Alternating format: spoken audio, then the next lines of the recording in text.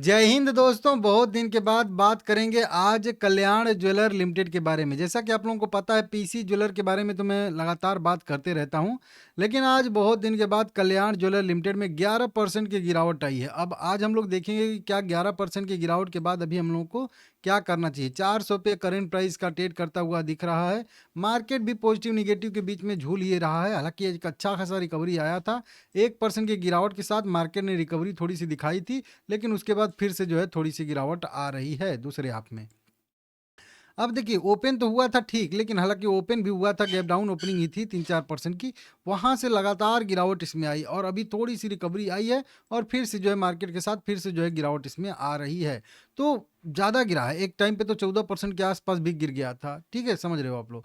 तो अभी हाल-फिलहाल में इसमें देखेंगे तो लगातार गिरावट आ रही है, 1 साल, इस साल, 1 महीना, 1 वीक, कोई भी टाइम फ्रेम ले लीजिए, लगातार इसमें गिरावट जारी है, ठीक है ना? अगर नंबर ऑफ इक्विटी शेयर की बात करेंगे तो 3 करोड़ इक्विटी शेयर आज टोटल इसमें ट्रेड हुआ है। 1229 करोड़ रुपए के टोटल शेयर यहाँ पे बाय सेल हुए हैं, तो अच्छा सा वॉल्यूम आज देखने के लिए मिल रहा है। 22% का डिलीवरी परसेंटेज भी देखने के लिए मिल रहा है। प्राइस बैंड तो कुछ रहेगा ही नहीं, ठीक है ना? अब देखिए, ये गिरावट जो हो रही है इसमें, अब ये गिरावट के पीछे क्या कारण है? तो इन कारणों को अगर हम ढूँढेंगे, तो देखिए कारण तो कुछ प्रॉपर कोई एक कारण नहीं है जिस पे हम लोग एक कह लें अंगुली रख के कि हाँ यही वाला कारण है। लेकिन कई सारी चीज़ें एक साथ हो रही हैं, इसके वजह से शेयर आज दबाव में है और एफआईआई की बिकवाली भी हावी है। तो जो जिन स्टॉक में एफआईआई, डीआईज की ज़्यादा होल्डिंग है, उनमें जब बिकवाली आती है तो ज़्यादा ही आती है, ठीक है ना? क्योंकि बड़े-बड़े लोग बेचते हैं। अगर इसको मैं उदाहरण के तौर पे दिखाऊँ आप लोगों को, यहाँ पे देख तो 9:15 पे ही 3 करोड़, साढ़े 3 करोड़ रुपए के शेयर बेचे गए। फिर से 9:16 पे 10 बजे 5 करोड़ रुपए के शेयर बेचे गए थे। 10:17 पे देखिए 4-4 करोड़, 5-5 करोड़ रुपए के शेयर यहाँ पे बेचे गए। ये वाले शेयर देख सकते हो 11 बजे के आस-पास, साढ़े 10 बजे के आस-पास, 11 बजे के आस-पास यहाँ पे ये देखिए अभी 10:53 पे लगभग 18 करोड़ रुपए के शेयर बेचे गए हैं। इस तरीके से बड़ी-बड़ी जो बिकवाली आज हो रही है, मतलब सप्लाई आज ज़्यादा है। यहाँ पे 10 करोड़ रुपए के शेयर देखिए 11:22 पे ट्रेड होते हुए हम लोगों को दिख रहे हैं। इसके वजह से भी यहाँ पे थोड़ा-सा कह लीजिए कि गिरावट हो रही है। तो एक तरीके से कह लीजिए कि थोड़ा-सा एफआईआई, डीआईज की जो सप्लाई है, एफआईआई ही कहिए, डीआईज तो खरीद ही रहे हैं। एफआईआई की सप्लाई देखने के लिए मिल रही है, उसके वजह से यहाँ पे गिरावट देखने के लिए हम लोगों को मिल रही है। अब कंपनी का रिजल्ट भी आने वाला है भाई। 6 फरवरी 2026 को कंपनी का आने वाला है रिजल्ट और उस रिजल्ट से पहले गिरावट, ये और भी थोड़ी-सी चिंता जो है मतलब बढ़ा रही है। क्योंकि अगर रिजल्ट बढ़िया आएगा तो मोमेंटम आने की संभावना है। तो क्या ये मान के चलें कि रिजल्ट से पहले की गिरावट ये संकेत दे रही है कि शायद आने वाला रिजल्ट भी हम लोगों का थोड़ा-सा यहाँ पे वीक ही रह सकता है। तो ये भी मान सकते हैं एक तरीके से, क्योंकि 6 फरवरी को ही इसका आने वाला है रिजल्ट। अगर देखिए न्यूज़ की बात करेंगे तो कई सारे हैं। अब देखेंगे तो यहाँ पे बताया गया 12 महीने में 18% की गिरावट आई है और कुछ म्यूचुअल फंड ने अपनी हिस्सेदारी कम कर दी है। यहाँ पे सुंदरम मिड कैप की बात करें, 1% की हिस्सेदारी थी, जो अब नाम में सूची में नाम नहीं है, मतलब इन्होंने अपनी हिस्सेदारी घटाई है। वहीं पे सिंगापुर सरकार ने भी पिछले 12 महीने में लगभग 2% से हिस्सेदारी घटा के 1.75% कर लिया है। उसी तरीके से मोतीलाल ओसवाल ने भी अपनी हिस्सेदारी जो है 6% से बढ़ा के जो है लगभग 9% कर दी है। तो इन्होंने अपनी हिस्सेदारी बढ़ाई है और मेन मैटर यहीं से शुरू हुआ था। मोतीलाल ओसवाल मिड कैप से ही शुरुआत हुई थी, क्योंकि आप लोगों ने देखा होगा जब मोतीलाल ओसवाल से एक इनका मैटर निकल के आया था कि मोतीलाल ओसवाल को इनके कुछ मैनेजमेंट के लोग ने रिश्वत दिया है, प्राइज मतलब इनके शेयर खरीदने के लिए उस म्यूचुअल फंड में।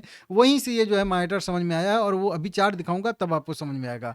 तो वहां से लगातार इसमें गिरावट आई। अभी फिर से जो है देख सकते हो मोतीलाल ओसवाल ने 6% से हिस्सेदारी बढ़ा के 9% कर ली है। तो वही वाला एलिगेशन लगाया गया था कि मोतीलाल ओसवाल के कुछ फंड मैनेजर थे, उनको जो है कुछ रिश्वत दी गई है इनके शेयर खरीदने के लिए, मतलब कल्याण ज्वेलर के शेयर के प्राइस बढ़ाने के लिए, क्योंकि म्यूचुअल फंड खरीदारी करेंगे तो प्राइस बढ़ेगा ही बढ़ेगा, ठीक है ना? तो वो वाला मैटर था, तब से ये गिरावट आ रही है। उसके बाद उभरा नहीं है शेयर, वो अभी आपको चार्ट पे ले चल के दिखाऊंगा तब यहाँ पे समझ में आएगा। ये सारी की सारी चीजें यहाँ पे आ रही हैं, ठीक है ना? इसको आप लोग देख सकते हो।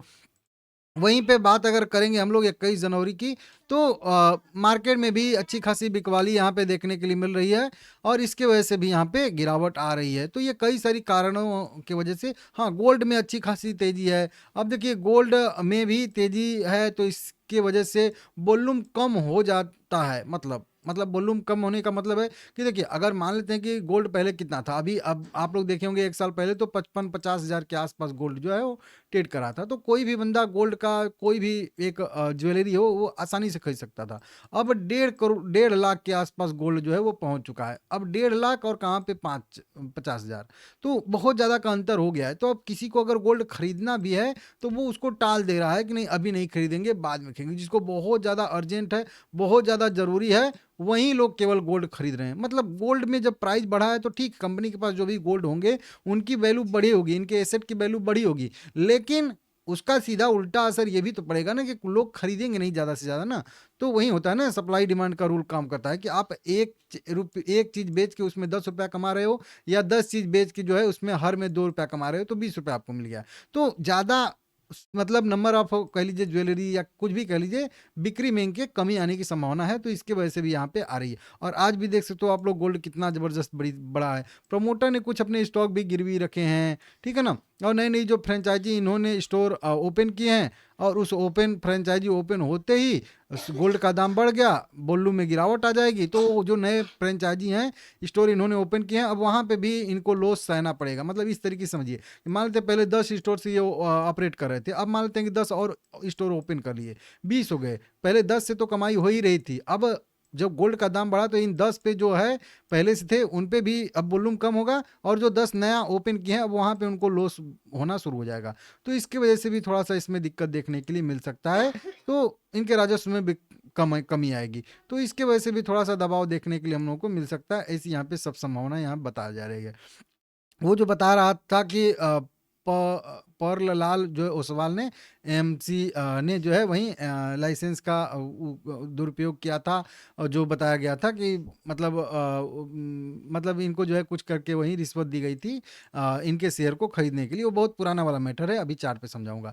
तो इस तरीके से कई सारे और रुपए में भी गिरावट हो सकता है कि इसका भी एक कारण हो, क्योंकि रुपए में जब गिरावट होगी तो इनको जब गोल्ड बाहर से खरीदना पड़ेगा तो वो थोड़ा सा महंगा पड़ेगा, ठीक है ना। तो उसमें भी हो सकता है कि थोड़ा सा कॉस्ट बढ़ने की संभावना हो, तो इसके वजह से भी हो सकता है। कई सारे कारण है, ये जो बता रहा हूँ, यहाँ से ये जो गिरावट आई है वो मोतीलाल वो ओसवाल वाला जो केस था, मैटर था, उसकी वजह से आई है। और तब से शेयर जो है 800 रुपये से अभी जो है 400 रुपये, मतलब बिल्कुल हाफ हो चुका है, आधा हो चुका है। 50% की गिरावट के साथ अभी ट्रेड कर रहा है।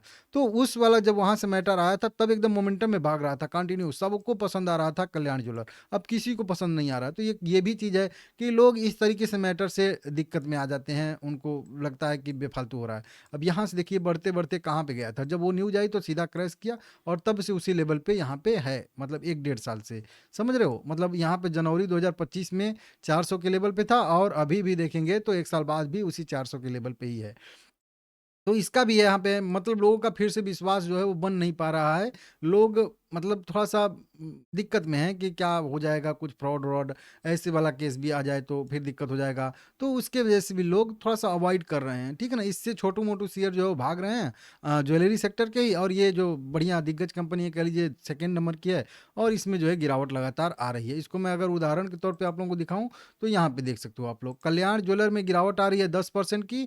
इसके बाद पीएन गडगिल में आ रही है गिरावट, इथोस में आ रही है गिरावट 1% की, और ब्लू स्टोन ज्वेलरी, हालांकि ये तो लैब ग्रोन डायमंड में डील करते हैं लगभग ज़्यादा से ज़्यादा, इस तरीके से है। लेकिन अगर वहीं पे देखेंगे, टाइटन अभी भी पॉजिटिव थोड़ा सा ट्रेड कर रहा है, और थंगमाली ज्वेलर ये भी पॉजिटिव ट्रेड कर रहा है, पीसी ज्वेलर भी देख सकते हो फ्लैट ही है। तो 2-3 ज्वेलरी कंपनियां फ्लैट हैं, लेकिन कल्याण ज्वेलर में यहाँ पे गिरावट देखने के लिए मिल रही है, ठीक है ना। तो इस तरीके से यहाँ पे है, आप लोग चाहो तो देख सकते हो। बाकी अगर चार्ट की बात करेंगे दोस्तों, तो वहीं इसमें निगेटिव सेंटीमेंट ज़्यादा, जो अभी समझा रहा था सारा का सारा सिचुएशन सब कुछ, उसकी वजह से थोड़ा सा है। और ये नहीं कि आज ही केवल गिरावट आई है, नहीं, पिछले 8-10 दिन से आप लोग देखोगे तो लगातार इसमें गिरावट आ रही है। रेडी कैंडल बनी है, मतलब पिछले 10 दिन से आप लोगों को यहाँ पे एक भी ग्रीन कैंडल देखने के लिए नहीं मिलेंगी। तो ये भी है, सप्लाई धीरे धीरे धीरे धीरे सप्लाई जब बढ़ती जाती है, बढ़ती जाती है, बढ़ती जाती है, तो एक पॉइंट ऐसा आता है जहाँ पे हम लोग ब्रेकडाउन कहते हैं, ठीक है ना। जब इंपॉर्टेंट लेवल टूटता है तो फिर लोगों को जो है यहाँ पे थोड़ा सा पैनिक सेलिंग भी आती है। जैसे कि यहाँ पे देखेंगे एक सपोर्ट लेवल ये वाला था, 444 पे, और वो वाला लेवल आज ब्रेक हुआ है, तो उसके वजह से भी आज सप्लाई आई है। क्योंकि जब इंपॉर्टेंट लेवल टूटता है तो थोड़ा सप्लाई बढ़ता है तो प्राइस टूटता है तो फिर और सप्लाई बढ़ती है, और सप्लाई बढ़ती है तो और प्राइस टूटता है, और फिर और, तो ये सारा का सारा चीज़ पैनिक थोड़ा सा वहीं क्रिएट हो जाता है, इसके वजह से भी आ रही है। तो मतलब टेक्निकली फंडामेंटली सब कुछ देख के जो है ये गिरावट आ रही है। इसीलिए मैं बोला हूँ कि कोई कारण एक नहीं है कि एक उंगली रख के बता दोगे कि नहीं ये कारण है, कई सारी चीज़ों की वजह से ये जो है गिरावट आ रही है, आप लोग देख सकते हो, ठीक है ना। और रिजल्ट वाला तो है ही कि रिजल्ट भी आने वाला है 6 जनवरी को, 6 फरवरी को, तो उसके वजह से तो बहुत सारी चीज़ें हैं। अब देखते हैं, अब एक ही चीज़ इसमें संभाल सकता है, रिजल्ट। अगर रिजल्ट का लोग अनुमान ये लगा के चल रहे हैं कि नहीं निगेटिव रिजल्ट आएगा या कमज़ोर रिजल्ट आएगा तो उसके वजह से गिरावट आ रही है, तो उसी पे अगर उल्टा आ गया, मजबूत रिजल्ट आ गया, बढ़िया रिजल्ट आ गया, तो यहाँ से रिवर्स कर जाएगा। तो बस अब एक ही डेट को हम लोग को देखना पड़ेगा, 6 फरवरी 2025, ठीक है ना। इस तरीके से ध्यान दीजिएगा, देख लीजिए। बाकी अभी नीचे सपोर्ट वपोर्ट तो मैंने कुछ ड्रॉ नहीं किया, बस इतना ही कहूँगा। फिर से जब तक 444 रुपये के ऊपर जाके सस्टेन ना करे तब तक हाथ गोड़ जोड़ के इससे दूर ही रहना है, ठीक है ना।